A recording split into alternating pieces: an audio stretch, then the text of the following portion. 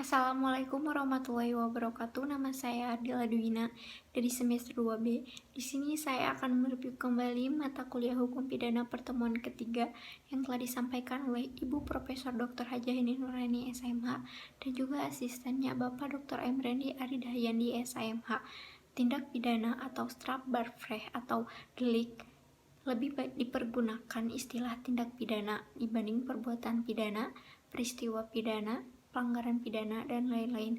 Alasannya, yang pertama dari segi sosio-yuridis, hampir semua perundang-undangan pidana menggunakan istilah tindak pidana. Contohnya, Undang-Undang Nomor 2 Tahun 1997 tentang tindak pidana narkotika.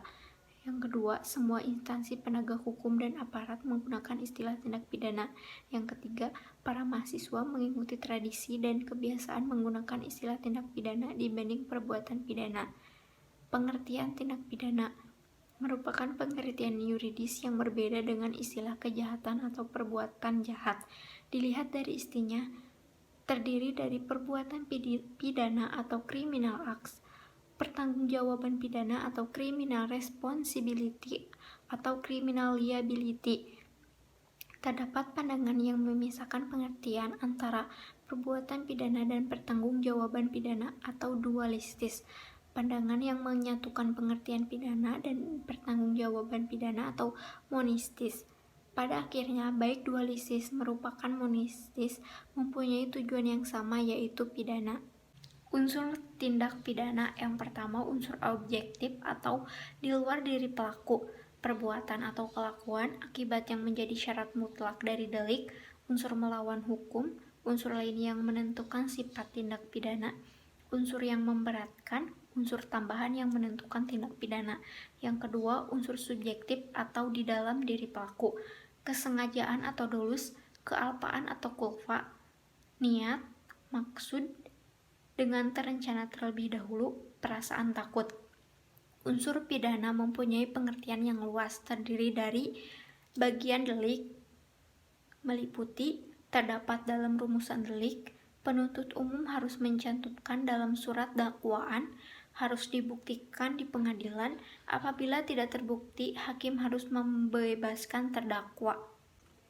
Yang kedua, elemen atau unsur delik.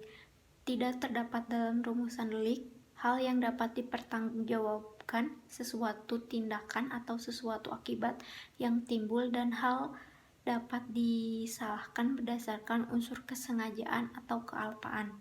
Harus dianggap dan disyaratkan dalam setiap rumusan delik. Penuntut umum tidak perlu mencantumkan dalam surat dakwaan.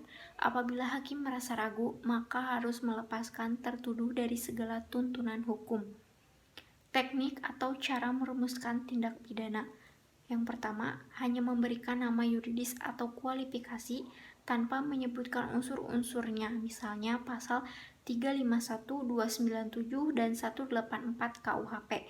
Yang kedua, hanya menentukan unsur-unsurnya tanpa memberikan kualifikasinya atau nama yuridisnya, misalnya pasal 281, 305 KUHP.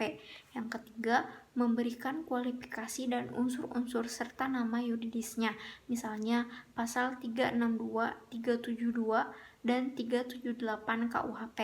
Subjek tindak pidana hanya manusia untuk tindak pidana umum, manusia dan korporasi untuk tindak pidana umum dan khusus.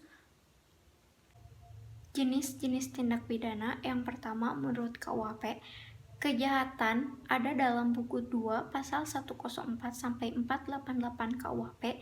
Pelanggaran ada dalam buku 3 pasal 489 sampai 569 KUHP. Perbedaan kejahatan dan pelanggaran menurut MPT didasarkan pada penilaian kuantitatif, yaitu kejahatan sanksinya lebih berat dibandingkan sanksi pelanggaran. Selain itu juga didasarkan pada kualitatif.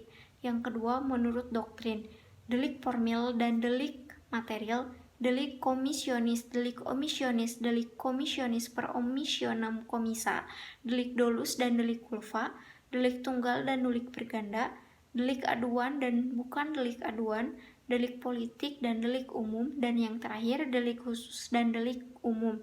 Sekian dari saya. Wassalamualaikum warahmatullahi wabarakatuh.